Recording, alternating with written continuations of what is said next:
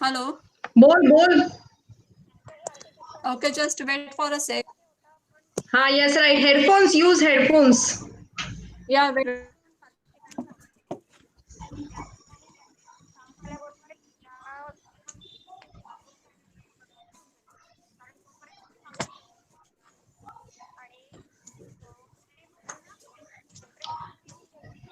Hello everyone. I hope you are liking this series of women health, especially on the occasion of Navratri. And please give me your suggestions that how we can improve furthermore or whatever topics you want. You can personally contact me on 8828220108. Myself, Dr. Shraddha.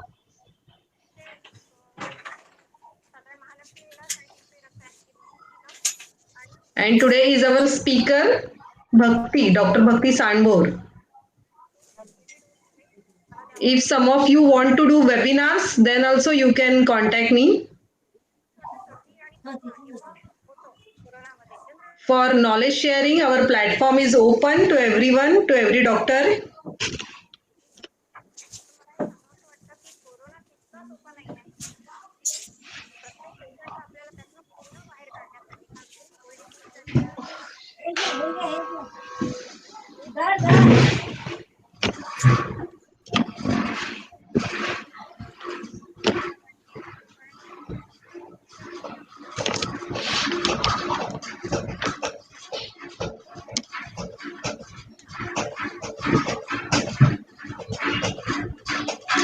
Your valuable comments are very important for us. And today's session is on diet. So, again, a very interesting topic regarding women's, because women are always doing diet. Okay. Dr. Bhakti, are you ready? Yeah, just a sec. Even I am not able to hear you. Just speak loudly or otherwise use headphones. Yeah.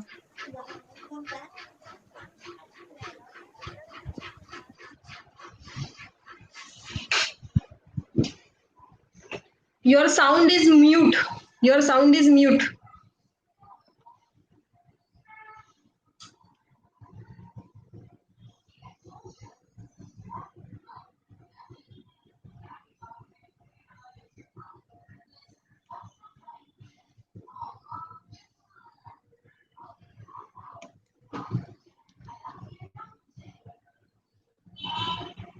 Hello. Hello. Can you hear me? Hello. Dr. Shita? Hello. Ah, yes, right. Yeah. Can, can you hear me? Okay, can we start? Yeah, sure. Yeah, Dr. Bhakti Sandbor, welcome on the platform of Vedayu. Today is the fifth day of Navratri, dedicated to the Ma Skanda Mata. So, devotees of Skanda Mata. Skanda means Kartikeya, and Mata means mother, mother of Lord Kartikeya. So, how mother takes care of his child through nutrition and through diet, but she always ignore herself and her diet. So, especially today, we are going to talk regarding diet for women. So, Dr. Bhakti Sandbor is MD Ayurveda and practicing since 8 years in Mulund. She is Ayurvedic consultant and her specialty is Ayurvedic diet, gastrointestinal diseases, and Panchakarma. Her clinic is at Mulund near Mahada Colony, and will give her number if anyone want to contact her personally. So, Dr. Bhakti, welcome on the platform of Vedayu for today's topic, diet for women, and the dice is yours for. Yeah, thank you, Dr. Shital. Am I audible? Am I clear? Yeah, little bit sound is low. Okay, I will just hold it like this. Now, can you hear me? Okay. Hello. Okay, I can't hear you. Okay. More near. Now my sound is clear. Okay.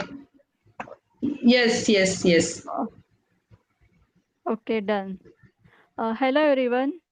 Uh, Myself Dr. Bhakti Sandbor Garde. I have done my MD in Ayurveda Initially I was practicing allopathy. Then I thought, why to practice allopathy? If Ayurveda is giving you so much things, Ayurveda is just not to treat diseases. It's a way of living. And what Ayurveda says that we will see in further. Okay. About today's woman. Today's woman is multitasking woman.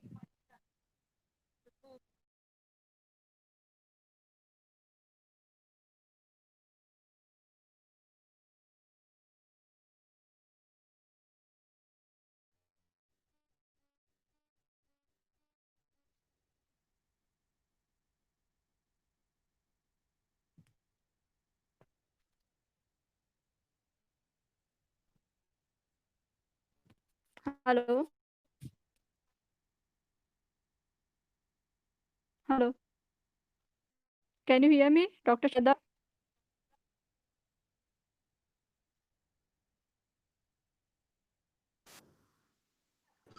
Okay, done. Yeah. Uh,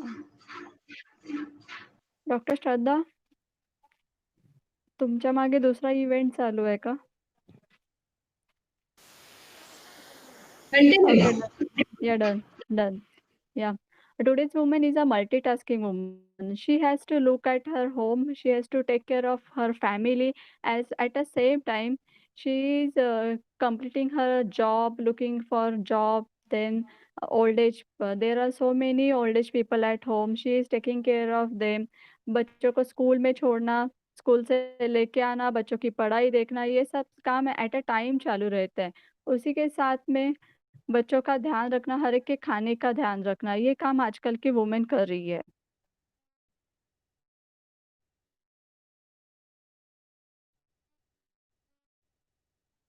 today's woman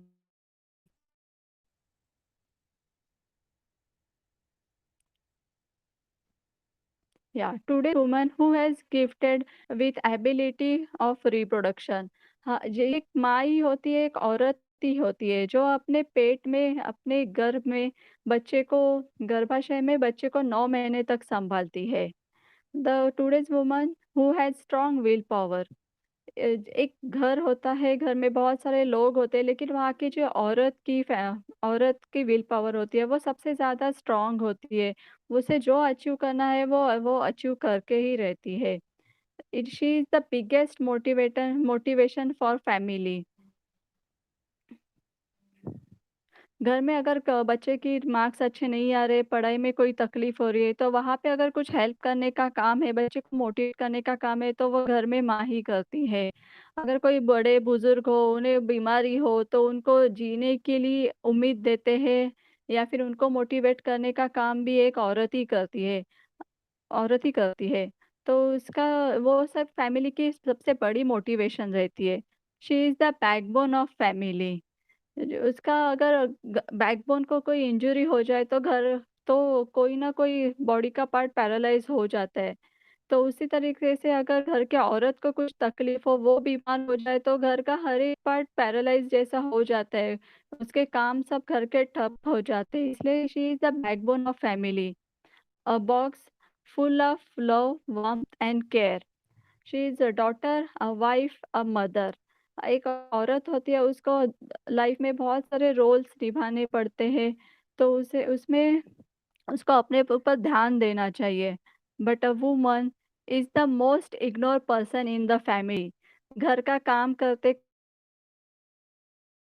बच्चों को देखने पे पीछे छोड़ देती है, अपने health issues का कोई भी ख़्याल नहीं रखती, उसको वहाँ पे ध्यान देना चाहिए। बहुत सारे पेशेंट्स आते हैं, उनको जब भी मैं पूछती हूँ कि आपने आज खाना क्या खाया?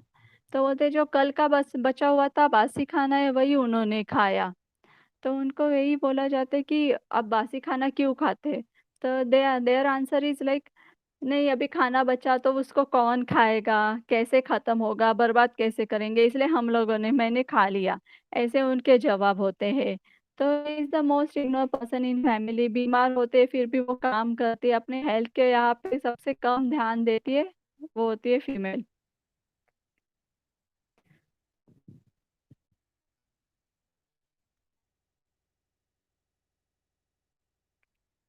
Next slide please. Okay, then aahar. What is aahar? Aahar is the food which nourishes body. हम लोग बहुत सारी चीजें दिन में खाते हैं, एक जंक फूड भी खाते हैं, लेकिन वो जंक फूड से बॉडी को कोई नरिशमेंट नहीं मिलती, तो दैट्स नॉट आहार। आहार जो होता है वो बॉडी में जाने के बाद, डाइजेशन के बाद बॉडी को न्यूट्रिएंट्स दे, बॉडी को नरिश करे, उसे आहार बोलते हैं। Food which provides proper nutrition to our mind and our body is aahar. जो खाना हम लोग खाते हैं वो ना सिर्फ अपने बॉडी को न्यूट्रिशन देता है, उसके साथ वो अपने माइंड को भी न्यूट्रिशन देता है, मन को भी देता है। इसलिए जब भी कोई खाना खाते हैं तो हमें पहले से बताया जाता है कि हमें टीवी नहीं देखना, बुक्स नहीं पढ़ने, अपने हेल्थ खाने पे ठीक से ध्यान देके खाना है। ये सब क्यों बताया जाता है? क्योंकि हम लोग खाना जब मन से खाते तो वो खाना अपने मन को भी नरिशमेंट करता है। अकॉर्डिंग टू आयुर्वेदा, जो हम लोग खाते हैं वो द्रव्य में दो, उस द्रव्य को दो में डिवाइड किया गया है। एक तो है आहार द्रव्य, एक औषधि द्रव्य। ये जो औषधि द्रव्य होते हैं वो इंसान बीमार होने के बाद लेते हैं। तो औषधि द्रव्य जो होते हैं उसके वो पोटेंसी से काम करते हैं, वो पोटेंट होते हैं, इसलिए हमें कम मात्रा में लेना पड़ता है। और ये जो आहार द्रव्य है हम लोग रेगुलर खाते हैं, तो आहार द्रव्य जो है गुण कर्म से कार्य करते हैं। तो हर एक खाना जो हम लोग खाते हैं उसका गुण हमें पता होना चाहिए। कौन सा खाना गर्म है, कौन सा आइटम गर्म है, कौन सा बहुत ठंडा है तो उससे सर्दी हो सकती है, कौन से आइटम खाने से कॉन्स्टिपेशन हो सकता है, किससे लूज मोशन हो सकता है, या फिर कौन सा खाना हमें क्या न्यूट्रिशन देता है, ये सब हमें पता होना चाहिए। अभी यहाँ पे आहार का इतना इम्पोर्टेंस क्यों होता है? तो जो आयुर्वेद का जो प्रयोजन है वो स्वास्थ्य से स्वास्थ्य रक्षणम आतुरस्य व्याधि परिमोक्ष। तो जो स्वास्थ्य रक्षण करने के लिए आयुर्वेदा ने 3 उपस्तंभ बताए हैं। उसमें है आहार, निद्रा और ब्रह्मचर्य। तो ये आहार का सबसे पहले नाम आता है। स्वास्थ्य लोगों का जो स्वास्थ्य रक्षण करना है उसके लिए aahar is plays very important role. Health की डेफिनेशन, जो आयुर्वेद बताता है, समदोष समाग्निश्च समधातु मलक्रिया प्रसन्न आत्मेन्द्रिय मन स्वस्थ इत्य अभिधीयते। समदोष मतलब हमारे बॉडी में 3 दोष होते हैं। आयुर्वेद, अकॉर्डिंग टू आयुर्वेद ये सब आपको पता ही होगा कि हमारे बॉडी में 3 दोष होते हैं, वात, पित्त और कफ। तो इन 3 ही दोष हैं वो समा-अवस्था में होने चाहिए, ना कोई दोष बढ़ा हुआ होना चाहिए, ना कम होना चाहिए। उसके बाद समा-अग्नि, आज हमें अग्नि जो होती है वो हमारे डाइजेस्टिव फायर है। उस जो हम लोग खाना खाते हैं वो डाइजेस्ट करने का काम ये अग्नि करती है। अग्नि करती है। तो ये अग्नि हमेशा सम होनी चाहिए, ना ज़्यादा। जैसे कि एक दिन हम लोगों ने बहुत खाना खा लिया, 5 रोटी खाए, सब्ज़ी खाए और हमें डाइजेस्ट हुआ। नेक्स्ट डे हम लोगों ने 1 रोटी भी ढंग से नहीं खाई। उसके नेक्स्ट डे आए तो 1 आध रोटी खाई, 2 रोटी खाई, तो ऐसा हमारे साथ नहीं होना चाहिए। हमारी जो अग्नि है वो हमेशा सम रहनी चाहिए। जब भी खाना खाने का टाइम हो या खाने की थाली सामने है तो हमारी भूख उतनी ही होनी चाहिए और अच्छे से खाना भी जो भी खाते वो डाइजेस्ट होना चाहिए। उसके बाद समधातु, मल, कर, क्रिया।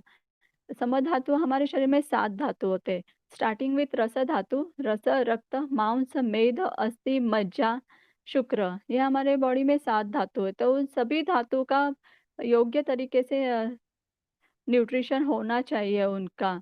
तो ये बहुत इम्पोर्टेंट होता है। तो और इस धातु जो है वो साम्य अवस्था में होनी चाहिए। ना कोई भी धातु बढ़ा हुआ, ना कम होना चाहिए। जैसे कि अगर देखा जाए तो मेद धातु है। अगर मेद धातु बॉडी में बढ़ जाता है तो इंसान बहुत ज़्यादा मोटा हो जाता है, फैट फैट दिखने लगता है। अगर उसी मेद धातु की कमतरता आ जाए तो उसके बाद उनका वज़न कम हो जाता है। वज़न कम होने की वजह से ताकत कम होती है, चलने के बाद हांफना होता है, जॉइंट पेन होती है, ये सब उनको प्रॉब्लम होती है। तो सभी धातु अगर साम्य अवस्था में हो तो उनकी बॉडी हेल्दी कहलाती है। उसी के साथ में यहाँ पे प्रसन्न मन, इंद्रिय, आत्मा भी बोला गया है। हम लोग जब भी खाना खाते हैं तो हम पंच ज्ञानेंद्रियों से खाते हैं। जैसे कि खाना आता है सामने तो पहले आँखों से देखा जाता है। उसके बाद अगर पापड़ या कुछ खाते हैं तो उसकी जो क्रंचीनेस होता है, उसकी आवाज़ होती है वो हम लोग कान से सुनते हैं। मतलब खाना हम लोग कान से भी खाते हैं। उसके बाद हाथों से स्पर्श जो होता है, राइस सॉफ्ट होता है, ये जो स्पर्श होता है तो ये त्वचा, ये इंद्रिय से हम लोग खाना खाते हैं। और फाइनल जो हम सबसे इम्पोर्टेंट होता है वो जीवा। जीवा मतलब अपनी जीभ। उससे हमें खाने की टेस्ट पता चलती है, तो हम लोग वो खाते हैं। तो ऐसे पंच ज्ञानेंद्रियों से हम लोग खाने का ग्रहण करते हैं। तो खाना ये सभी इंद्रियों को भी नरिश करता है, तो हमारा खाना उस तरीके का होना चाहिए। इसमें मन का विशेष उल्लेख किया जा रहा है। अगर हेल्दी पर्सन हो, बहुत हेल्दी हेल्दी नहीं है, मानसिक बीमारी है, वो पर्सन हेल्दी नहीं कहला। तो उस इसी के लिए उनका जो मन भी है वो भी बहुत ज़्यादा हेल्दी होना चाहिए, और हमारा ये खाना है वही मन को नरिश करता है। अभी जो कोविड का समय है, कोरोना का समय है, तो इसमें काफ़ी तरीके से देखा गया इनिशियली जैसे कोविड आया भारत में, कोरोना हुआ, तो हम लोग काफ़ी डरे हुए थे। सबको घबराहट होती थी, लेकिन उसमें भी कोई लोग थे कि जो अच्छे से रह रहे थे, वो डरे हुए नहीं थे। तो उनका स्वभाव भी एक तो वैसा होता है, और उनका जो खाना होता है, उनके मन का नरिशमेंट अच्छा करता है। अगर कोई इंसान बीमार होता है और उसका विल पावर उनकी स्ट्रॉन्ग होती है, मन स्ट्रॉन्ग होता है, तो वो उस बीमारी से जल्दी बाहर आता है। अगर वहीं पे डरा रहता है, तो बीमारी उनके मन के साथ उनके शरीर को भी ख़त्म करने लगती है। इसलिए इंसान का मन स्ट्रॉन्ग होना चाहिए। डब्ल्यूएचओ बोलता है, वर्ल्थ वर्ल्ड हेल्थ ऑर्गेनाइज़ेशन की अब डेफिनिशन हम लोग देखते हैं। Health is a state of complete physical, mental and social well being. यहाँ पे भी अभी डब्ल्यूएचओ ने इनिशियली सिर्फ फिज़िकल अ, ग वेल-बीइंग मेंशन किया था, उसी के साथ उन्होंने अभी मेंटल मतलब मानसिक बीमारियों को भी इम्पोर्टेंस यहाँ पे दिया है, और ये सब हम लोग कम कर सकते हैं अगर हमारा खाना प्रॉपर हो तो। ठीक है? अभी हम लोग देखते हैं स्टेजेस ऑफ लाइफ। ये जो स्टेजेस है वो आयुर्वेदा के अकॉर्डिंग नहीं है, ये रफली बनाए गए हैं ताकि हमारा खाना कौन से स्टेज में कैसे रहता है। This stages are for female. एक बच्ची जब बड़े होते-होते औरत और बुढ़ापे तक जाती है, तब उसको कौन-से स्टेजेस से पास होना पड़ता है, उसके हिसाब से ये स्टेजेस बनाए गए हैं। तो सबसे पहले यहाँ पे आता है बाल्यावस्था, जो कि बच्ची पैदा होने के बाद से 10 ईयर तक मतलब 0 टू 10 इयर्स तक होती है। उसके बाद 10 से 15 साल तक उनकी प्यूबर्टी होती है। प्यूबर्टी पीरियड्स आना शुरू हो जाता है, वो 15 साल तक होता है। उसके बाद आती है मध्यमावस्था रखिए, जो कि 15 से अराउंड 25 तक, या फिर शादी होने तक, या फिर बच्चे पैदा होने से पहले तक की जो है, कंसीव होने तक की जो अवस्था है, वो मध्यमावस्था में डालिए। उसके बाद आते हैं प्री प्रेगनेंसी। प्रेगनेंसी से पहले हम लोग जब प्लान करते हैं प्रेगनेंसी, तब क्या खाना है, कैसे खाना है, क्या करना है वो। उसके बाद प्रेगनेंसी, प्रेगनेंसी की डाइट, देन प्रेगनेंसी डिलीवरी के बाद जो है वो प्रेगनेंसी स्टेज है। उसके बाद में आते हैं उसके 10-20 साल बाद आते हैं मेनोपॉज़ल पीरियड। तो उसमें हमें क्या आहार लेना है, और उसके बाद आता है पोस्ट मेनोपॉज़ल पीरियड, तो उसमें हमें क्या क्या आहार लेना है। इसी हिसाब से हम लोगों ने स्टेजेस बनाए हैं। अभी यहाँ पे हम लोग मैं जब भी मैं बताऊँगी कि आहार क्या लेना है, तो उसमें हमेशा सात्विक, राजसिक, तामसिक आहार ये सब आएँगे। तो सबसे पहले सात्विक आहार क्या होता है वो हम लोग देखेंगे। Sattvic food includes fresh fruits, fruit juices, vegetables, cereals, whole grains, legumes, lentils, milk, nut and seeds. Sattvic food में जो आता है फ्रेश वेजिटेबल्स आते हैं, फ्रूट्स आते हैं। उसके बाद हम लोग जो धान्य खाते हैं, सीरियल्स खाते हैं, जैसे कि मूँग, मटकी, ये सब आते हैं। होल ग्रेन्स ज्वार, बाजरा, व्हीट, उसमें आता है राइस, लेग्यूम्स, लेंटिल्स, मिल्क, ये जो होता है वो सात्विक आहार में आता है। अगर सात्विक आहार का इंटेक अच्छा हो और सात्विक आहार ज़्यादा ले रहे हैं, तो बॉडी जो है पीसफुल स्टेट में रहती है, काम माइंड रहता है, और जो भी हम लोग काम शुरू करते हैं वो फुल पोटेंशियल से काम करते हैं, हमारा फ़ोकस अच्छा रहता है अगर हमारा आहार सात्विक हो तो।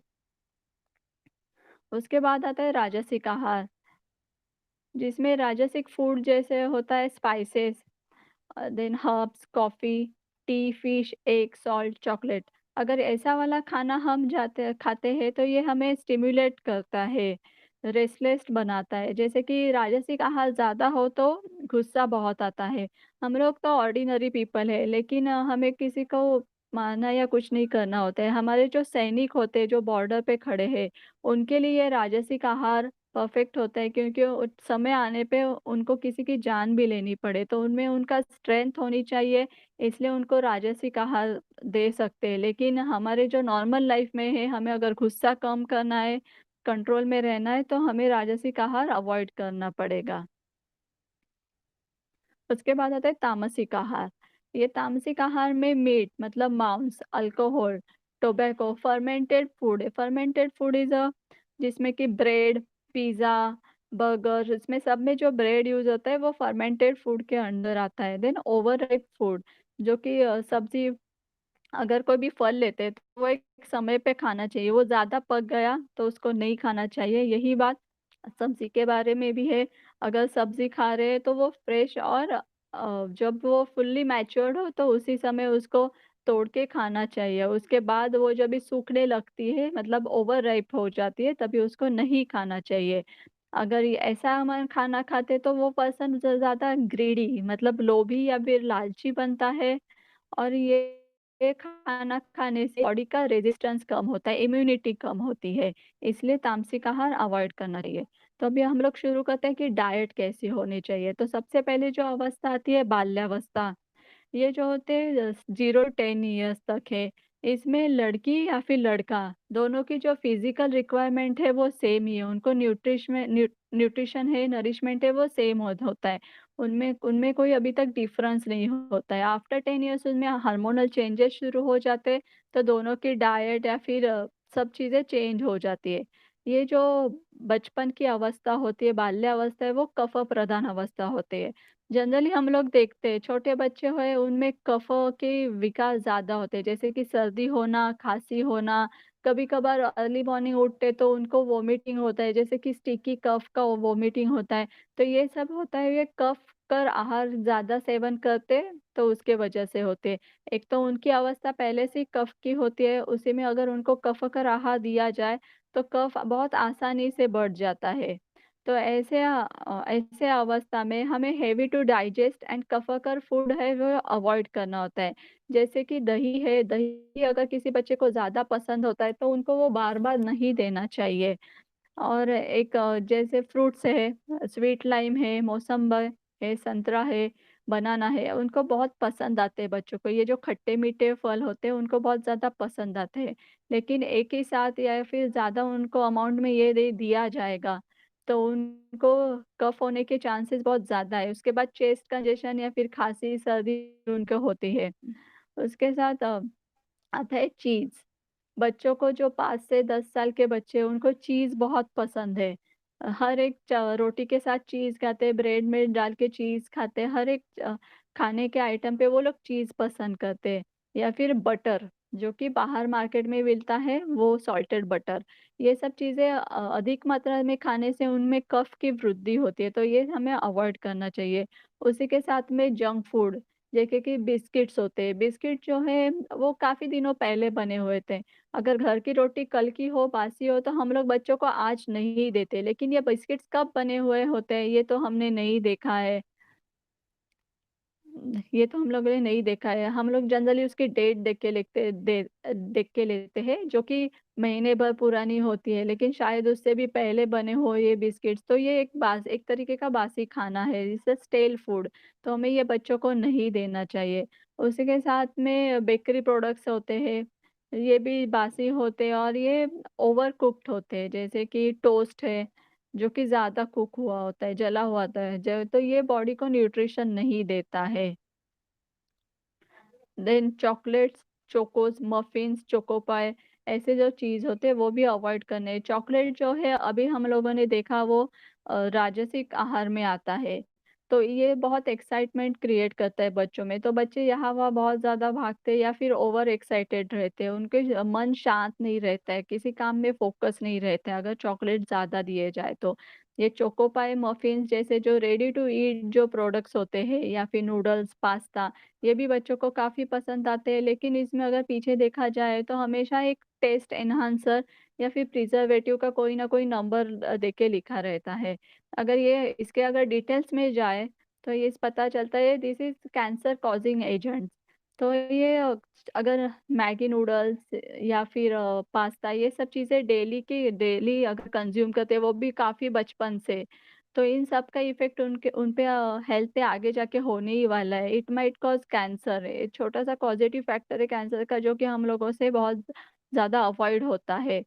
चोको पाई जैसे आइटम्स होते हैं जो बच्चे काफ़ी पसंद करते हैं, लेकिन बहुत बार देखा गया है कि उसकी एक्सपायरी डेट भी नहीं गई है, तो फिर भी उसमें फंगस पाई गई है। तो इसलिए इसको भी अवॉइड करना चाहिए, इट्स नॉट हेल्दी। और इसी के साथ उनको अगर कोई दूध दूध देना है बच्चों को, दूध नहीं पीते तो उसमें हम लोग टीवी पे ऐड देखते हैं।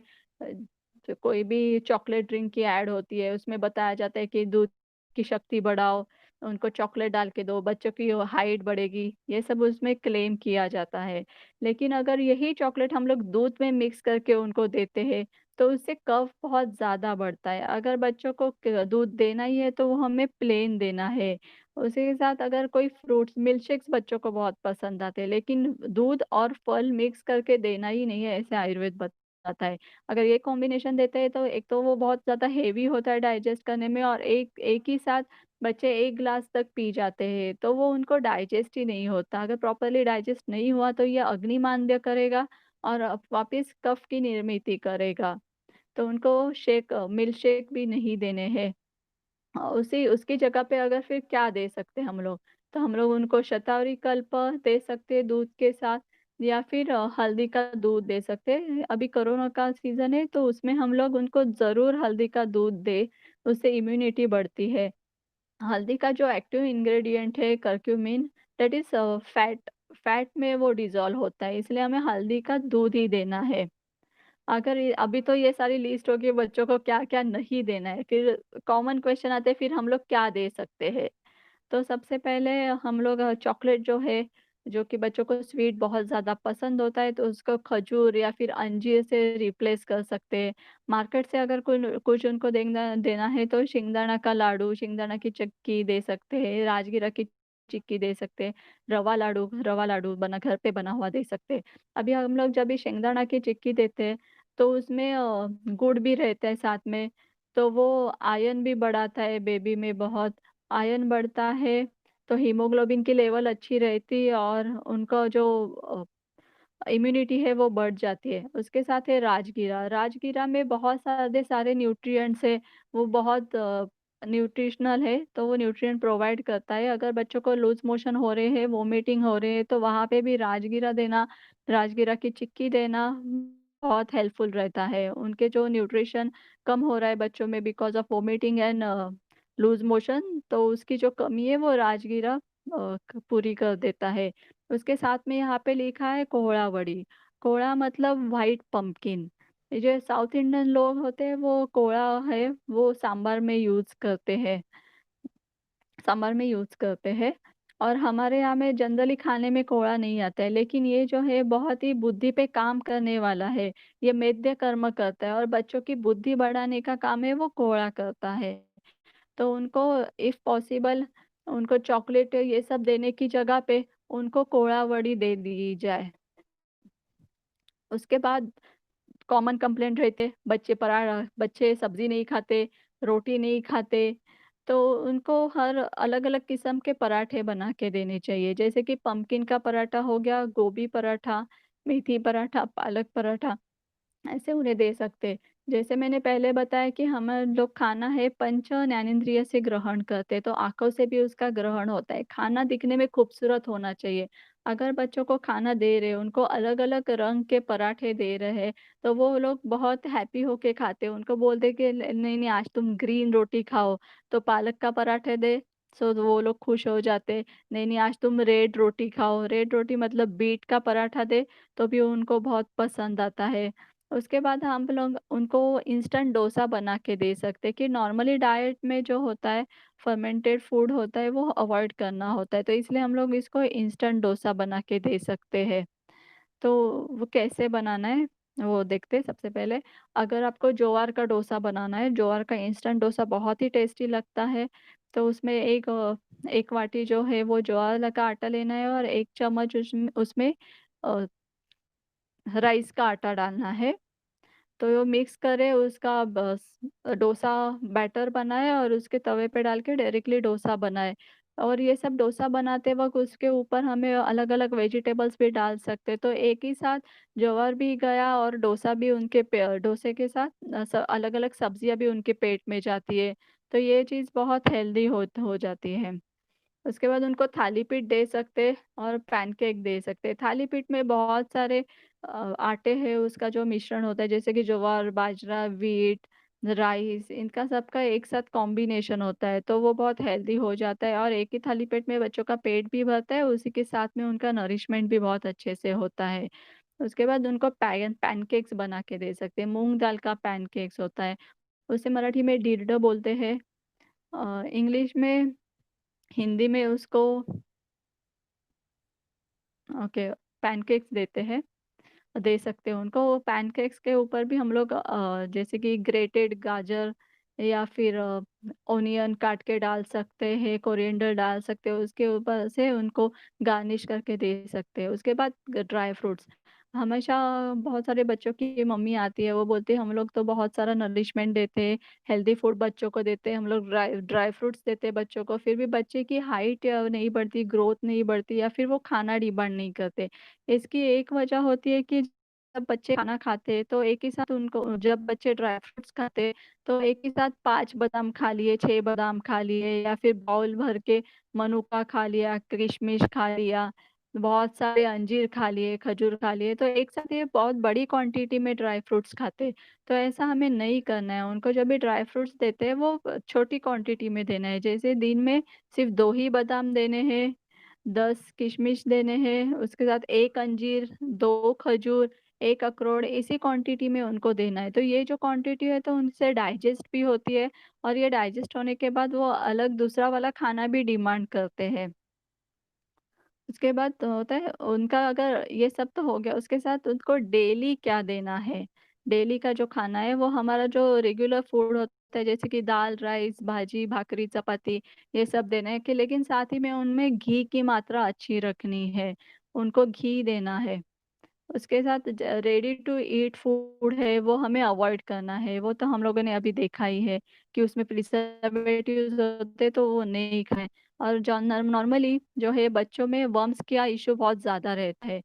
बहुत सारे बच्चों को वर्म्स होते हैं, वर्म्स की वजह से चेहरे पे दाग आना या फिर रात को नाइट में मिक्सचरेशन होना, यूरिन पास करते हैं, बेड वेटिंग करते हैं, वो सब होता है, तो ये सब बंद होना चाहिए। तो उनमें वर्म्स अगर कम करें तो उनको ड्रम स्टिक की मतलब शेवगा की सब्ज़ी देनी है। उसके साथ उनको पम्पकिन के सीड्स देने हैं, रो रेड पम्पकिन होता है उसके जो सीड्स होते हैं वो छील के उनके अंदर वाला जो गाभा होता है वो उनको देना होता है। उसके साथ आते हैं मोरिंगा लीव्स। मोरिंगा लीव्स मतलब ये जो ड्रम स्टिक है, शेवगा है, उसके जो लीव्स होते हैं वो उनको देने हैं। उसकी सब्ज़ी साल में 1-2 बार तो उनको बना के देनी है। ये बहुत अच्छी कृमिघ्न है, उससे वर्म्स की फॉर्मेशन टेंडेंसी कम होती है और वर्म्स भी कम होते हैं। और अगर अभी बच्चे होते हैं, कोई-कोई बच्चे बिल्कुल खाना नहीं खाते, लेकिन कोई बच्चे बहुत ज़्यादा खाना खाते हैं। उनको आदत ही पड़ जाती है थोड़ी-थोड़ी देर बाद किचन में जाने का और कुछ ना कुछ खाते रहने का। अगर ऐसा हो रहा है, ऐसा कर रहे हैं बच्चे, तो उसके वजह से उनमें ओबेसिटी आने की चांसेस है। अगर लड़कियों में अभी चाइल्ड ओबेसिटी दिखाई दे, तो उसमें उनका आगे जाके पीसीओडी हो सकता है, इर्रेगुलर मेंसेस हो सकते हैं और इनफर्टिलिटी जैसी तकलीफ होती है। तो इसलिए हमारे बच्चों का खाना बहुत सोच समझ के बच्चों को खाना देना चाहिए और बचपन से ही जो खाने की आदत डालते हैं, वही बहुत दिनों तक कंटिन्यू होती है, तो उनका खाना हमें सोच के देना चाहिए। उसके बाद आता है 10 से 15 साल। ये जो समय होता है तो अभी सेकेंडरी डेवलपमेंट का समय होता है, प्यूबर्टी का समय होता है। तो लड़कियों के बॉडी में, शरीर में बहुत सारे हार्मोनल चेंजेस होते हैं, उनकी हाइट बढ़ती है, उनकी वेट बढ़ती है, तो उसके हिसाब से हमें उनको खाना देना चाहिए कि हाइट और वेट बढ़ाने वाला खाना और हाइली नरिशियस खाना देना होता है। तो उनके डाइट में हम लोग अगर ब्रेकफास्ट में एक लड्डू डाल दें, उसके बाद मिल्क डाल दें, तो ये बहुत ज़्यादा कैल्शियम प्रोवाइड करेगा। ये जो लड्डू बने होते हैं वो डिंक के मेथी, देन कोकोनट, खारीक, इसके बने हुए जो लड्डू होते हैं जो कि बोन्स को नरिश करते हैं, कैल्शियम प्रोवाइड करते हैं, तो ये उनके देने हैं। उसी के साथ आयु, जिसको हालिम भी बोलते हैं, वो कोकोनट के लड्डू बना के उनको देना है। तो वो भी बहुत बेनिफिशियल होता है। इसी समय हम लोग जो लड्डू बनाते हैं वो जैगरी में बनाते हैं, गुड़ में बनाते हैं। तो ये जो गुड़ में बनाया हुआ लड्डू है वो आयरन भी प्रोवाइड करता है, तो हीमोग्लोबिन भी बढ़ेगा, आयरन की कमी नहीं रहेगी। जब ये लड़कियाँ 12 साल की हो जाती है उसके बाद उनको हम लोग शतावरी कल्प दे सकते हैं दूध के साथ।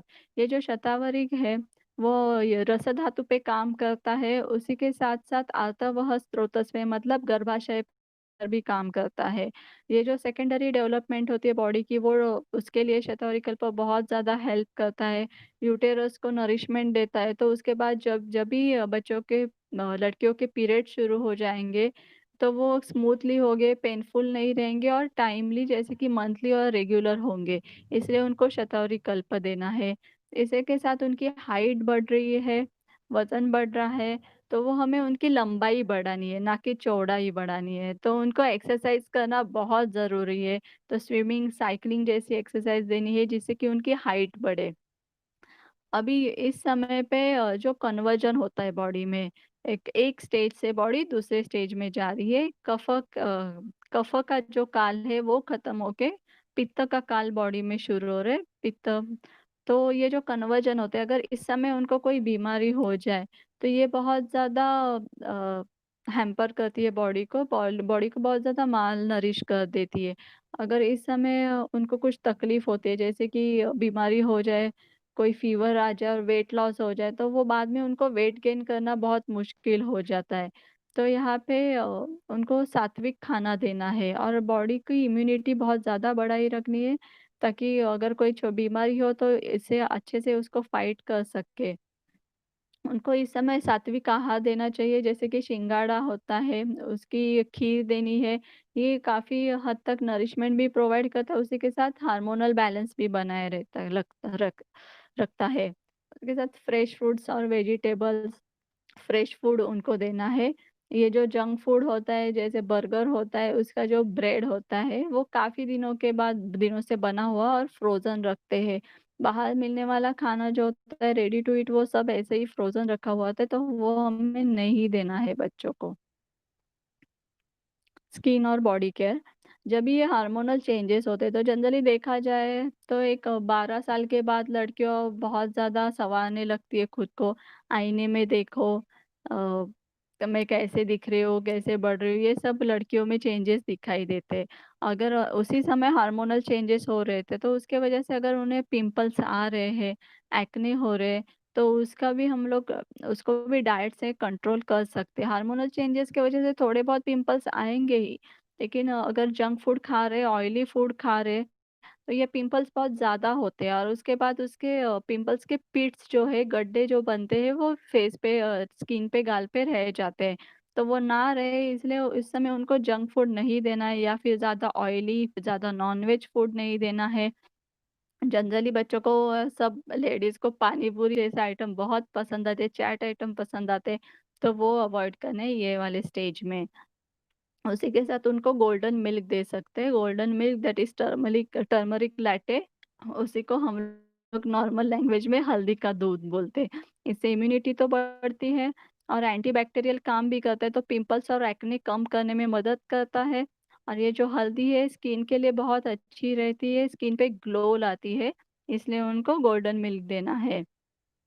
उसी के साथ-साथ उनका जो वाटर इंटेक है वो बहुत अच्छा होना चाहिए। जो बच्चे स्कूल जाते हैं या फिर स्कूल क्लासेस करते-करते उनका ना बॉडी में वाटर इंटेक कम हो जाता है, पानी कम पीते हैं। तो उनको पानी एक अच्छे क्वांटिटी में देना चाहिए, पीना चाहिए। उससे स्किन भी अच्छी रहती है और बॉडी में जो एडिपोज टिश्यू होते हैं वो अभी फॉर्मेशन होते हैं उनका या फिर उसमें उसकी ग्रोथ होती है सेकेंडरी डेवलपमेंट के वक़्त, तो उसमें पानी की ज़रूरत ज़्यादा होती है। और इन सब डाइट लेते वक़्त को किसी भी लड़कियों को ना एक्सेसिव डाइट लेनी है, जैसे कि पहले बताया गया कि चाइल्ड ओबेसिटी हो सकती है, तो उसकी वजह से इरेगुलर मेंसेस और ये सब प्रॉब्लम होता है।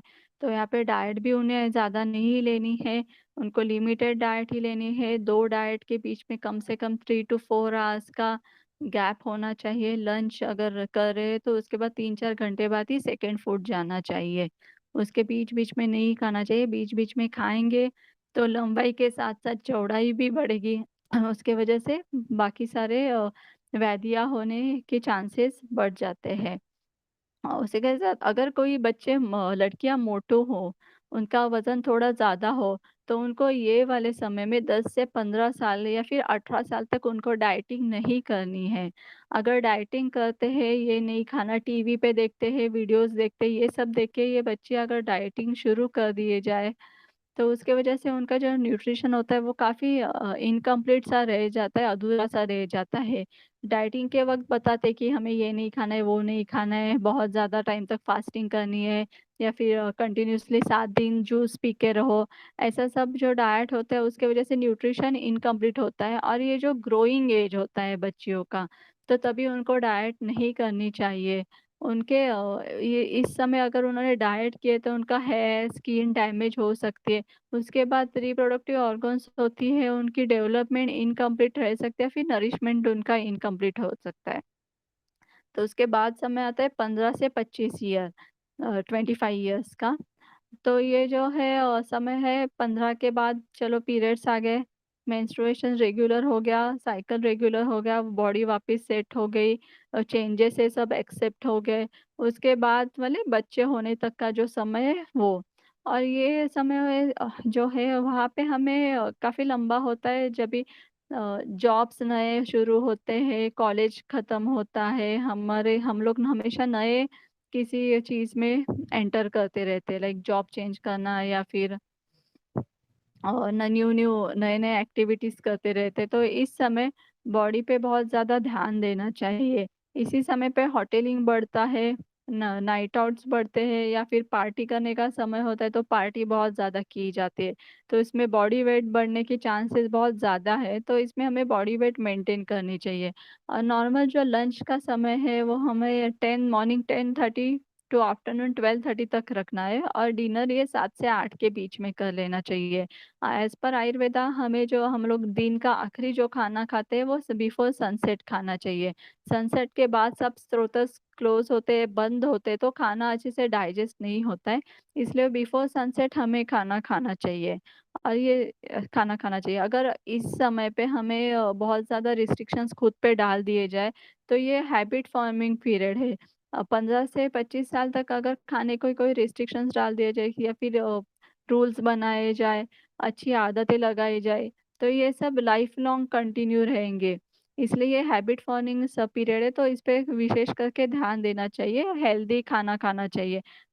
एक कोई भी हैबिट आदत करने के लिए हमें 2-3 महीने इनफ होते हैं। आफ्टर 2-3 मंथ्स हमें पता भी नहीं चलता है कि हम लोग कुछ स्पेशल एफर्ट्स डाल रहे हैं, कुछ खाना खाने में या फिर कुछ चीज़ें अवॉइड करने में। अपने आप वो खाने में अच्छी चीज़ें खाने में आती है और जो जंक फूड होता है, जो नहीं खाना है, वो अपने आप अवॉइड हो जाता है। अभी ये जो काल है, वो पित्ताचा काळ है, मध्यमावस्था है ये पित्त प्रधान काल है।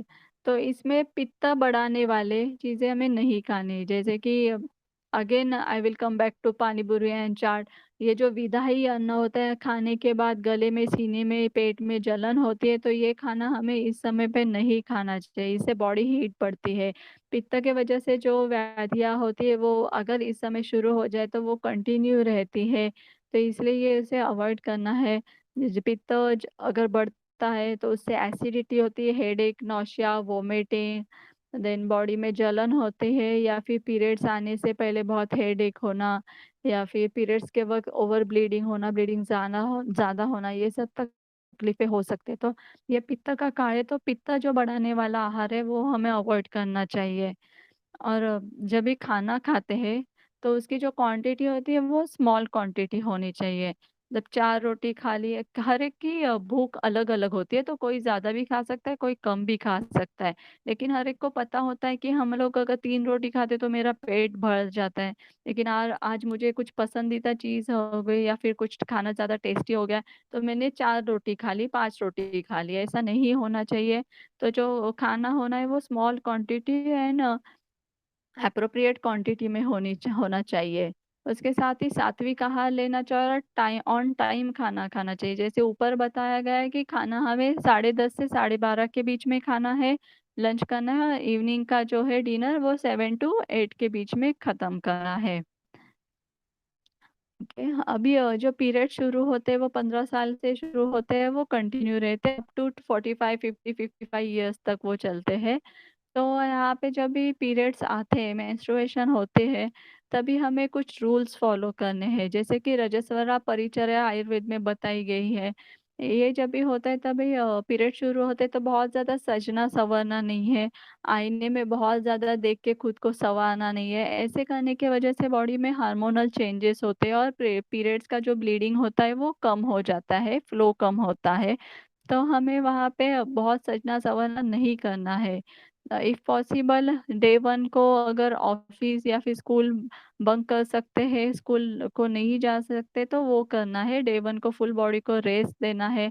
जैसे कि एडवर्टाइज़ेज़ में बताया जाता है कि तो क्या हुआ, पीरियड्स हर महीने आते हैं, लेकिन कोई भी इवेंट साल में 1 बार आता है। तो हमें पीरियड्स अवॉइड करके इवेंट को कंटिन्यू करना चाहिए, तो ऐसा नहीं है।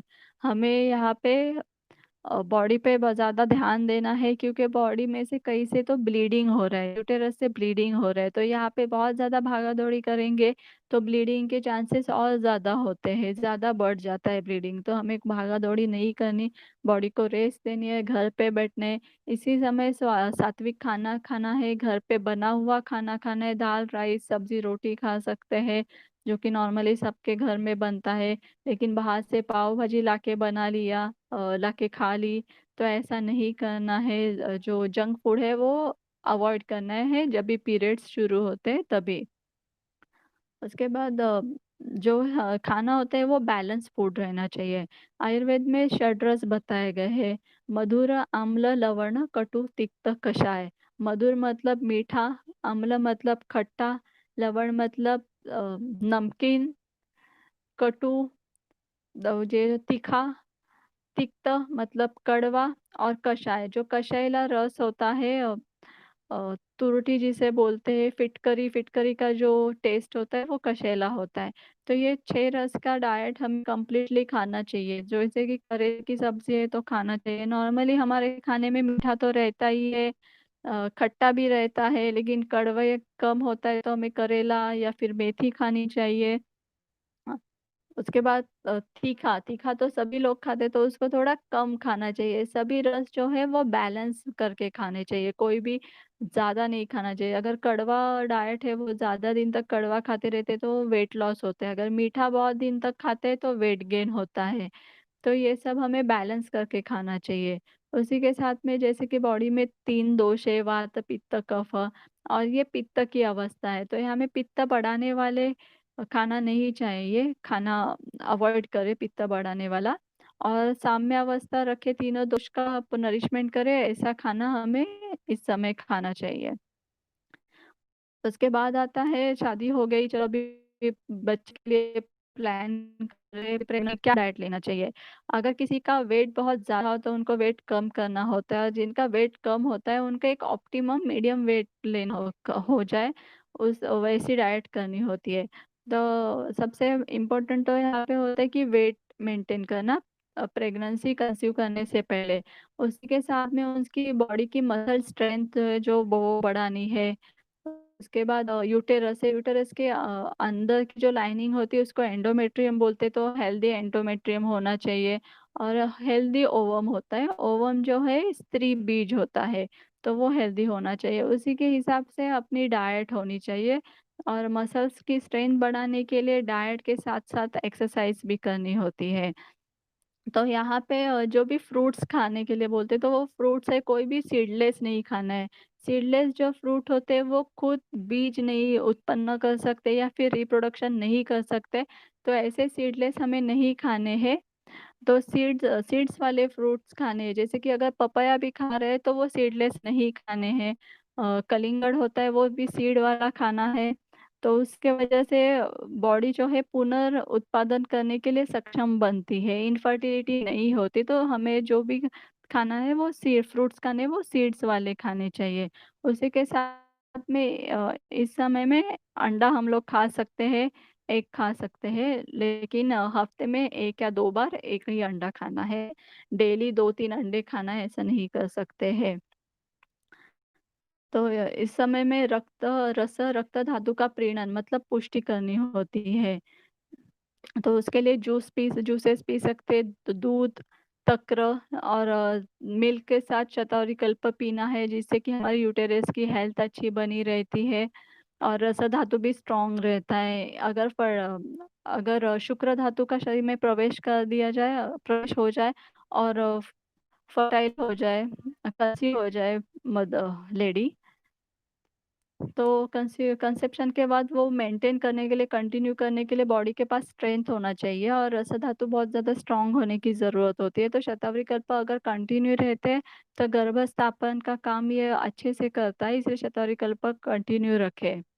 अगर वेट, जैसे कि इनिशियली मैंने अभी बोला, अगर वेट बहुत ज़्यादा है तो वेट लॉस करना है, तो वेट लॉस करते वक़्त कोई भी खाना ओमिट नहीं करना है। अगर कोई खाना बंद नहीं करना है कंप्लीटली। हर एक जो फूड है वो स्मॉल क्वांटिटी में चालू ही रखना है। कोई-कोई लोग डाइट के नाम पे गेहूँ बंद कर देते हैं कि गेहूँ की रोटी नहीं खाएँगे या फिर राइस नहीं खाएँगे, तो ऐसा नहीं करना है। हर एक जो फूड आइटम है हमारे संस्कृति में बताया गया है, वो हमें स्मॉल-स्मॉल क्वांटिटी में कंटिन्यूअसली खाते रहना है।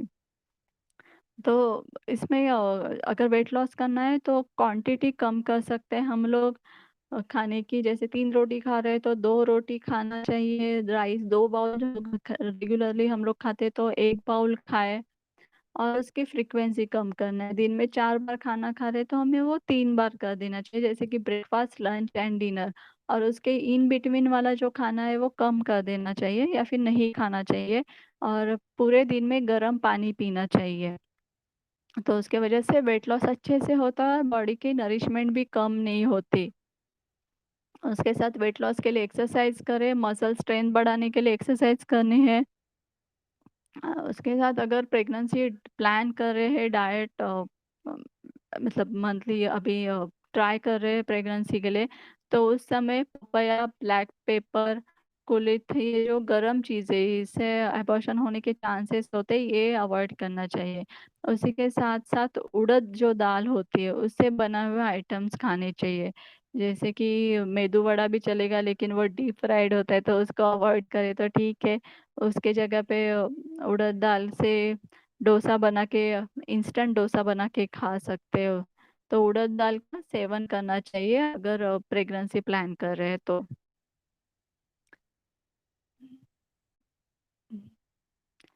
Diet during pregnancy. ओके, अगर फर्स्ट मंथ होता है तो मोस्टली फर्स्ट मंथ है तो हमें पता ही नहीं चलता है कि प्रेगनेंसी है या नहीं है। फर्स्ट मंथ तो स्किप हो जाते हैं, उसके बाद प्रेगनेंसी कंफर्म होती है। तो यहाँ पे जो डाइट है जो पहले बताई गई वो कंटिन्यू करनी है। सिर्फ एक्सरसाइज है जो ज़्यादा पेट पे स्ट्रेन ना करे, पेट के मसल्स को स्ट्रेन ना करे, ऐसी वाली एक्सरसाइज कंटिन्यू करनी है। उसके बाद सेकेंड मंथ आता है तो यहाँ पे मधुर रसात्मक डाइट रखनी है। मधुर रसात्मक में अपना जो व्हीट होता है वो भी मधुर रसात्मक होता है, जो कि माइल्ड मधुर होता है। गेहूँ, तो उसकी रोटी ये सब कंटिन्यू करना है। उसके साथ मिल्क लेना है, शीरा, उसी को हलवा बोलते हैं, हलवा खा सकते हैं। शतावरी, यष्टि और दूध, ये कॉम्बिनेशन लेना है। दूध ये सुबह-शाम लेना है, उसी उसमें यष्टि मधु और शतावरी का पाउडर डाल के उसको उबाल के लेना है। उसमें हम लोग खड़ी शक्कर भी ऐड कर सकते हैं। तो ये सेकंड मंथ में लेना है। थर्ड मंथ में वो जनरली नौसिया होता है, वोमिटिंग होता है, तो इस समय राइस पफ मतलब साड़ीचा लाया लेना है, पैडी राइस पफ, साड़ीचा लाया ये खाने। ये साड़ीचा लाया जो है उससे न्यूट्रिशन तो मिलता है, इलेक्ट्रोलाइट इम्बैलेंस ठीक होता है, उसी के साथ में नौसिया और वोमिटिंग कम होती है। तो ये जो थर्ड मंथ में है इसमें घी, हनी और मिल्क लेना है। अगर 200 ml मिल्क लेते हैं तो उसमें 1 चम्मच घी डालना है और आधा चम्मच हनी डाल के लेना है। ये थर्ड मंथ के डाइट में ऐड करना है। फोर्थ मंथ जो होता है उसमें डोहाड़े होते हैं या फिर क्रेविंग शुरू हो जाते हैं। तो उनके क्रेविंग्स तो पूरे करने ही है, लेकिन क्रेविंग्स में अगर बहुत ज़्यादा स्पाइसी फूड हो या फिर जंक फूड हो तो उसको अवॉइड करना ही बेटर होता है। और क्रेविंग्स में जैसे कि अगर मिट्टी खाने का मन हो तो कुछ आयुर्वेदिक मेडिसिन है, तो नियर बाय जो आयुर्वेदिक वैद्य होंगे उनसे कंसल्ट करके कुछ मेडिसिन ले सकते हैं। लेकिन उसी के साथ में उनको मक्खन देना है। मक्खन और खड़ी शक्कर ये मिक्स करके देना है 4th मंथ में। और 4th मंथ से जो है हीमोग्लोबिन की नीड बहुत ज़्यादा बढ़ जाती है, तो उसमें उनको अनार देना है। अनार से हीमोग्लोबिन भी बढ़ता है और जो गर्भिणी होती है उसकी भूख भी बढ़ती है, तो उनको 4th मंथ में अनार देना चाहिए। उसके बाद होता है 5th मंथ। तो 5th मंथ में जो होता है आयुर्वेद के हिसाब से पंचमे मनहा, यहाँ पे उनका मन बनता है। 5th मंथ में। तो यहाँ पे बहुत ज़रूरी है, अगर बच्चों का मन अच्छा बनाना है, स्ट्रॉन्ग बनाना है, तो उनको सात्विक आहार देनी है। श्लोक और ग्रंथ का वाचन करना है, शाली षष्ठी तांदुल है उसका सेवन करना है। उसके बाद फ्रूट्स खा सकते हैं और मूंग दाल की से बनी हुआ दाल खा सकते. मुगाच्या डाळीचे कढण खाऊ शकतात 5व्या महिन्यामध्ये आणि राईस आणि कंटिन्यू ठेवायचा आहे 5व्या महिन्यामध्ये. जेवढं बालकाचा मन, जितना बच्चे का मन स्ट्रॉन्ग होगा उतना ही बच्चा बहुत ज़्यादा स्ट्रॉन्ग हो जाता है. 6th मंथ में हो तो वहाँ पे षष्ठे बुद्धि, मतलब 6 मंथ में बच्चे की बुद्धि डेवलप होती है, उनकी ब्रेन डेवलप होता है अच्छे से। तो यहाँ पे हम लोग मदर को ब्राह्मी दूध दे सकते हैं। उसके साथ जैसे पहले मैंने बताया था बच्चों में कोहड़ा देना है, व्हाइट पंपकिन देना है, तो उससे बने हुए कोहड़ा वड़ी या फिर पेठा जो है वो मदर को दे सकते हैं। उससे बच्चों की जो गर्भ में जो बच्चा है उसकी ब्रेन स्ट्रॉन्ग होता है, उसकी बुद्धि अच्छे से बनती है। 7th मंथ होता है उसमें बल और वर्ण बनता है, तो उनको सिंगाड़ा की खीर देनी है। ये जो सिंगाड़ा है बच्चों का वेट गेन करता है। 7th मंथ में जब सोनोग्राफी करते हैं, यूएसजी करते हैं, तो वहाँ पे 1100 टू 1200 1400 तक बच्चे का वेट होना चाहिए। तो वो वेट होता है तो आयुजिया नहीं होता है, मतलब इंट्रायूटेराइन ग्रोथ रिटार्डेशन बच्चों में नहीं दिखाई देती है। तो 7th मंथ में हमें सिंगाड़ा की खीर खानी चाहिए। और उसके बाद आता है 8 मंथ। 8 मंथ में सिंगाड़ा की खीर लेनी चाहिए और घी लेना चाहिए। उसी के साथ-साथ उनको मांस रस दे सकते हैं। 8वाँ जो महीना है उसमें बेबी ओज जो होता है वो कभी मातृ में होता है, कभी बच्चों में होता है। तो कभी जो मदर होती है वो डल होती है, तो कभी-कभी बच्चे डल होते हैं 8 मंथ में। तो उस समय उनको सुवर्ण सिद्ध जल या फिर सुवर्ण सिद्ध दूध देना चाहिए। जैसे कि पानी लेना चाहिए और उसमें कोई भी सोने की अंगूठी डालो या फिर सोने से बने हुए कोई भी ऑर्नामेंट जो कि स्वच्छ है, धुले हुए उसको डालो और उसको हाफ होने तक उबालना है। इसी तरीके से अगर दूध बनाना है तो 1 कप दूध और 1 कप पानी मिक्स करो, उसमें भी कोई भी गोल्ड की चीज़ डालो और उसको उबालो, गोल्ड डाल के उबालो उसको। तो जब तक वो 1 कप बच जाए, तो दूध बच जाए, वो होता है सुवर्ण सिद्ध मिल्क होता है, तो वो उनको मिल्क देना है। उसी के साथ जब 8वें महीने पे है यवागु बनानी है। अब यवागु कैसे बनाते हैं, तो राइस लेना है, उसके 6 टाइम्स उसमें मिल्क डालना है और उतना ही पानी डालना है और उसको राइस को जो है दूध और पानी में पकाना है। वो पकाने के बाद वो जैसा ये टोटली ड्राई नहीं होगा राइस, थोड़ा लिक्विड कंसिस्टेंसी में राइस रहेगा, तो उसमें घी डाल के लेना है। ये खाना उनको 8 मंथ में देना है। उसके बाद 9 मंथ में उनको जैसे कि ऊपर बताई गई 8 मंथ में जो बताई गई वो यवागु देनी है, उसमें घी डाल के देना है। उसी के साथ-साथ 9वें महीने में मांस रस उनको दे सकते हैं, मतलब नॉन-वेज से जो सूप बना सकते हैं, चिकन सूप होता है, वो सूप दे सकते हैं। उसमें जो मांस रहता है, चिकन या फिर मटन रहता है, उसको पानी में उबालने के बाद जो पानी रहेगा वो पानी देना है, उसका मांस रस बोलते हैं। ये हाँ 8वें या 9वें महीने में दे सकते हैं। उसी के साथ में अगर प्रेग्नेंट है लेडी, तो विंटर सीज़न है तो उसका वाटर इनटेक विंटर सीज़न के हिसाब से कम होना चाहिए, लेकिन जैसे कि अभी अक्टूबर की गर्मी चालू है तो इस सीज़न में वाटर इनटेक बहुत ज़्यादा होना चाहिए। जैसे बॉडी रिक्वायरमेंट बता रही है उसके हिसाब से उनका पानी होना चाहिए। उसके साथ थ्रू आउट द प्रेगनेंसी उनको दूध लेना ही है, दूध के साथ शतावरी कल्प कंटिन्यू करना है। देन ड्राई फ्रूट्स ले रहे हैं तो अखरोट ड्राई फ्रूट्स देने हैं उनको, उसमें बादाम दे सकते हैं, लेकिन काजू नहीं देने हैं उन्हें काजू नहीं देने हैं। बादाम, अखरोट, ब्लैक रेजिन्स, ये जो ब्लैक रेजिन्स है वो रात में 10 से 15 रेजिन्स है, वो सुबह पानी में भिगोने का और रात में कंज्यूम करने का, तो मॉर्निंग में पेट बहुत अच्छे से साफ होता है। ये माइल्ड लैक्सेटिव है और उसके साथ साथ न्यूट्रिशन भी देता है शरीर को। तो अगर जनरली ये जो प्रेगनेंसी होती है, तो प्रेगनेंसी में मदर्स में पाइल्स और कॉन्स्टिपेशन होने की, एसिडिटी होने के चांसेस बहुत ज़्यादा रहते हैं। तो ये सब अवॉइड करने के लिए उनको ब्लैक रेजिन से, अगर उनका पेट रेगुलरली साफ हो रहा है तो ये चीज़ें नहीं होगी, पाइल्स डेवलप नहीं होगा। उसके साथ अखरोट या फिर वॉलनट, इसमें होता है ओमेगा 3 फैटी एसिड होता है। ये जो बच्चों का दिमाग, ब्रेन डेवलप होने के लिए बहुत इम्पोर्टेंट होता है।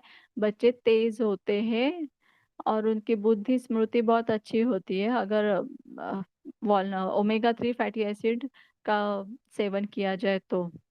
उसके साथ बादाम, बादाम जो है वो प्रोटीन, फाइबर, विटामिन ई, ये सब प्रोवाइड करते, तो बादाम खाने चाहिए प्रेगनेंसी में। लेकिन ये जो है, एक तो भिगो के खाने चाहिए और उसके छिलके निकाल के खाने चाहिए। बादाम ज़्यादा से ज़्यादा 4 या फिर 3 से 4, उससे ज़्यादा बादाम नहीं खाने चाहिए at a time. Black sesame seeds, ये जो है काले तिल होते हैं, इससे फॉलिक एसिड की मात्रा होती है, लार्ज क्वांटिटी रहती है, तो उनको ब्लैक सीसम सीड्स देने हैं। जैसे कि एलोपैथी में हम लोग फॉलिक एसिड की टैबलेट्स खाते हैं, तो हमारे यहाँ पे सीसम सीड्स में से भी फॉलिक एसिड मिलता है, तो वहाँ से फॉलिक एसिड लेना चाहिए। उसके बाद मखाना, लोटस सीड्स पफ जो होता है, मखाना होता है, वो हाईली न्यूट्रिशियस होता है, नरिशमेंट देता है, बल बढ़ाता है, तो उसके लिए ये मखाना देना है। और काजू उनको नहीं देना है प्रेगनेंसी में। और इसमें अभी क्या क्या खाना है वो तो देख लिया, अभी क्या क्या अवॉइड करना है प्रेगनेंसी में। तो प्रेगनेंसी में स्पेशली जो अवॉइड करना है वो गवार, तोंडली, ये अवॉइड करने, क्योंकि गवार जो है ये बुद्धिमांद्य करती है, बच्चों की बुद्धि कम करती है, इसलिए गवार अवॉइड करनी है। तोंडली अगर ज्यादा खाते तो तोतलापन आता है, बच्चों का स्पीच स्लर्ड रहता है, तो इसलिए तोंडली अवॉइड करनी है। उसी के साथ साथ तोंडली भी बुद्धिमांद्य करती है, तो वो नहीं खानी है, तोंडली की सब्जी नहीं खानी है। देन पपाया एंड पाइनएप्पल, ये जो है एबॉर्टिफिकेंट है, इससे एबॉर्शन होने के चांसेस रहते हैं, इसलिए पपाया और पाइनएप्पल नहीं खाने हैं।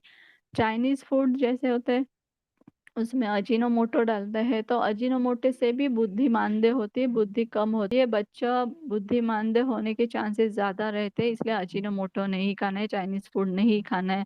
रेडी टू ईट फूड जो होता है उसमें नूडल्स होते हैं, पैनकेक मिक्स, जैसे कि ऑफिस में जाने वाली लेडी हो तो वो जल्दी जल्दी में ओट्स बना लिए खा लिए, फिर कॉर्नफ्लेक्स खा लिए। ये सब जब खाते हैं तो उसके साथ में प्रिजर्वेटिव्स भी पेट में जाते हैं, और ये जो प्रिजर्वेटिव्स है वो ऑलमोस्ट अजीनोमोटो जैसा ही काम करते हैं, तो उसको अवॉइड करना है। उसी साथ में अगर ऐसा बोल दिया जाए कि कैल्शियम चाहिए, तो कैल्शियम के लिए फुल बाउल कर्ड खाना है, पनीर खाना है, तो ये भी नहीं खाना है। अगर कर्ड बहुत ज़्यादा खाते हैं, सुबह शाम एक एक बाउल कर्ड खाते हैं, तो उससे जो एमनियोटिक फ्लूइड है उसकी मात्रा बढ़ने के चांसेस रहते हैं।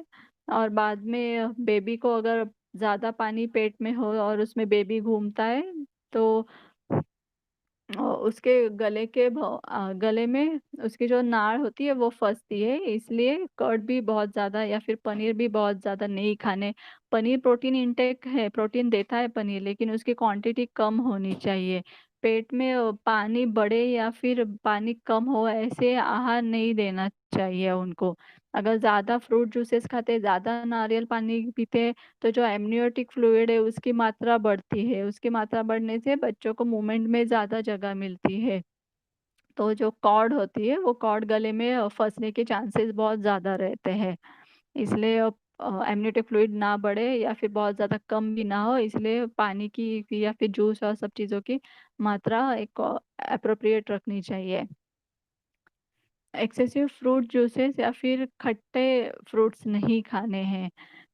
जनरली बताया जाता है हीमोग्लोबिन बढ़ाना है तो रेड कलर के फ्रूट्स खाओ, तो जो गर्भिणी है वो स्ट्रॉबेरी खाती है, तो ये खाने से रक्त की दुष्टि ज़्यादा होती है, तो ये अवॉइड करनी चाहिए। उसी के साथ-साथ ड्राई फूड या फिर स्पाइसी फूड नहीं खाना है। अगर बहुत ज़्यादा स्पाइसी खाते, बहुत ज़्यादा ड्राई फूड खाते हैं, तो कॉन्स्टिपेशन होने के चांसेस होते हैं और कॉन्स्टिपेशन के बाद पाइल्स होते हैं गर्भिणी को, इसलिए ये ड्राई फूड नहीं खाना है।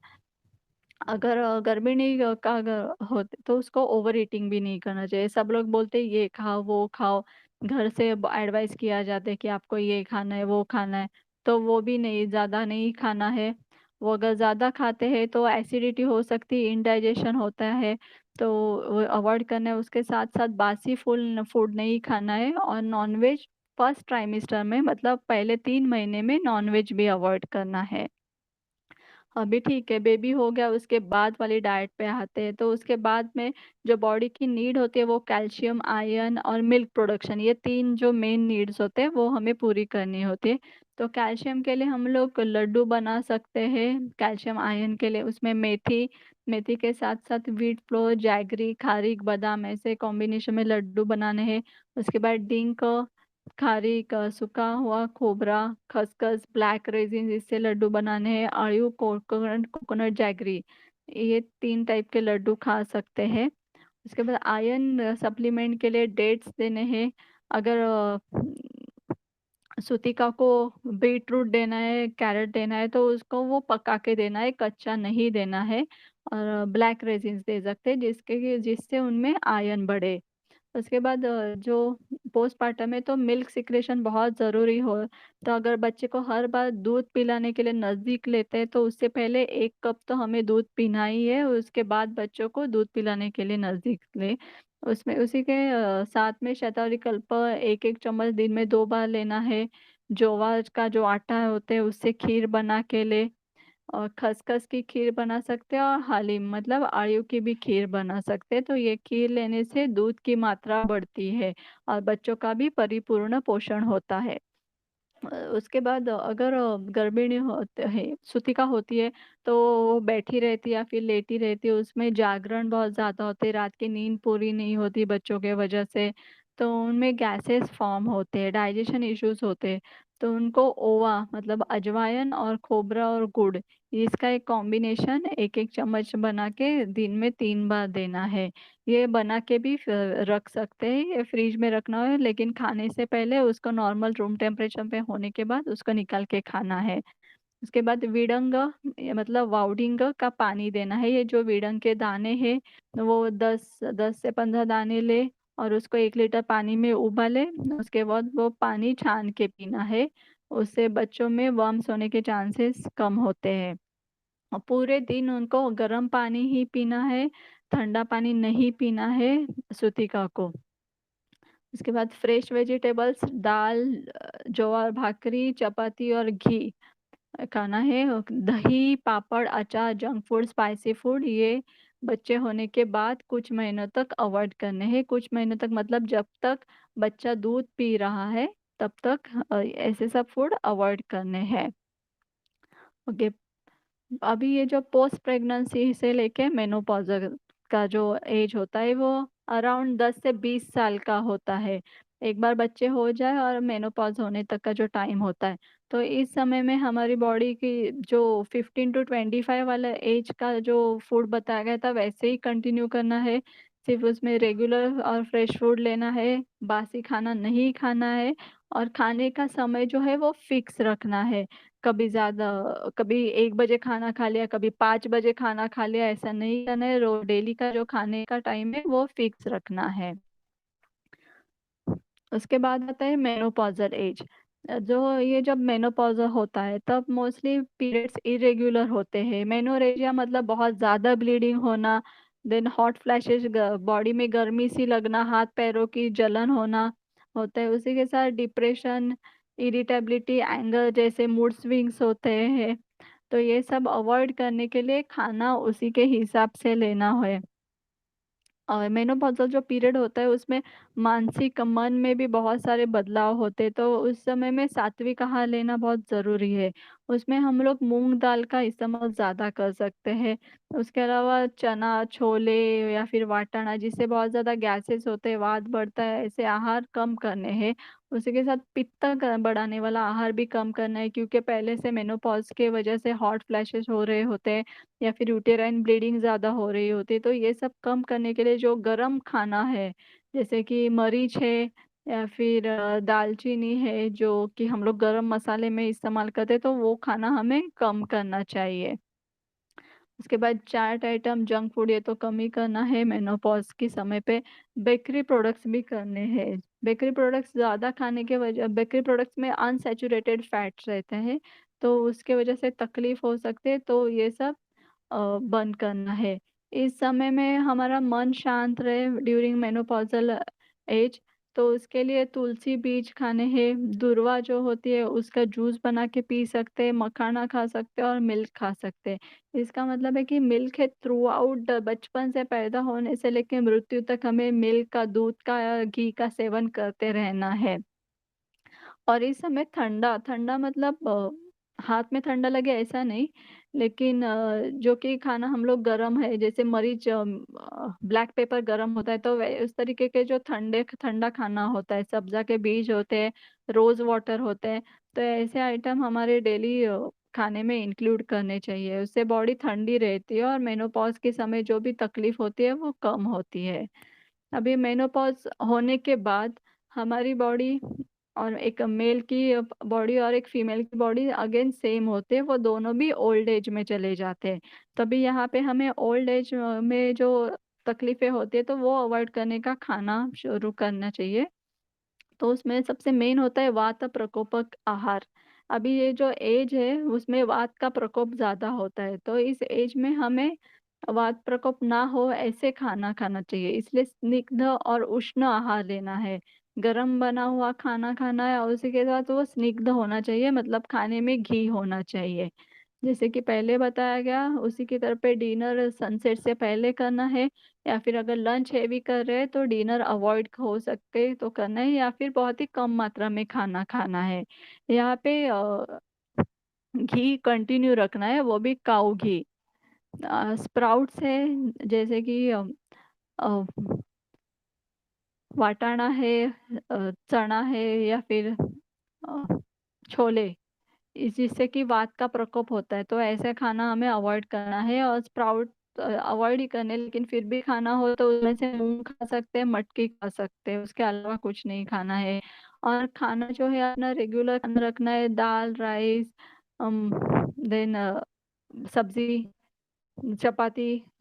और या इस समय पे ज्वार की अगर भाकरी है वो तो वो कम करनी है, क्योंकि वो ड्राई है, तो उसकी, या फिर ज्वार की भाकरी खानी है तो उस पे घी लगा के खा सकते हैं।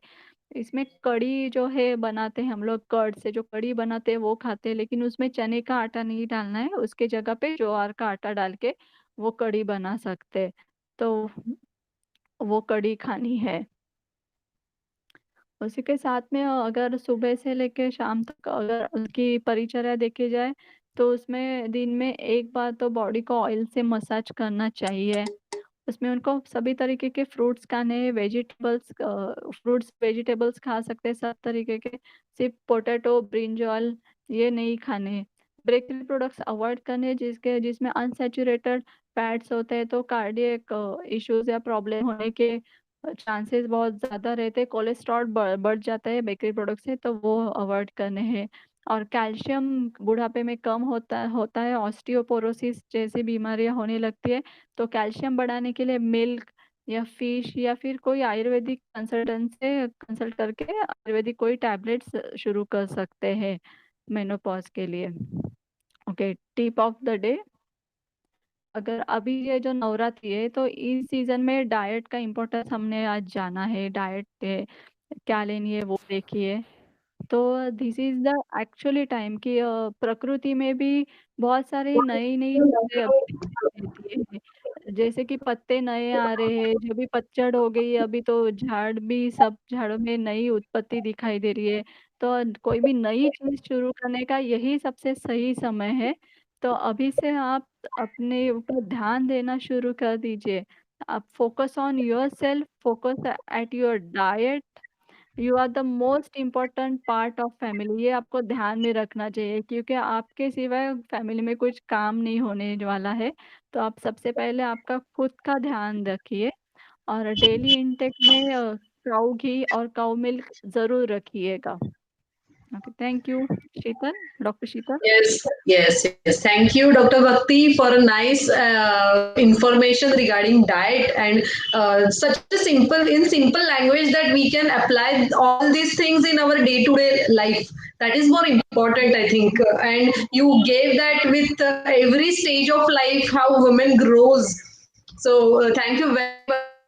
And today's fifth day of Navratri is also utilized with a nice knowledge because those who worship Ma Skandamata blessed with fame, wealth, and prosperity. So I think Ayurveda also says the same that Dharma Artha Kama Mokshanam Arogya Moolam Uttamam. So for a healthy Arogya, we need a good diet. So thank you very much, and thank you very much to the listeners also for patience listening.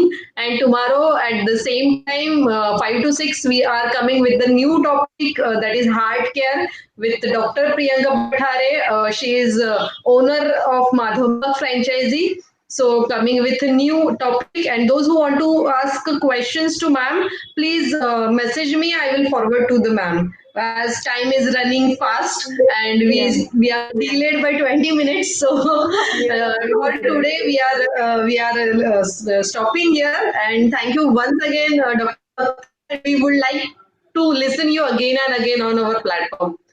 Okay, So thank you thank very you. much. Okay, Yeah, okay, and happy Navratri to all. thank you, Dr. Okay, Sheetal. And I would yeah, like yeah. to thank Vedayu for providing me this platform. And happy Navratri to all. And take care of yourself.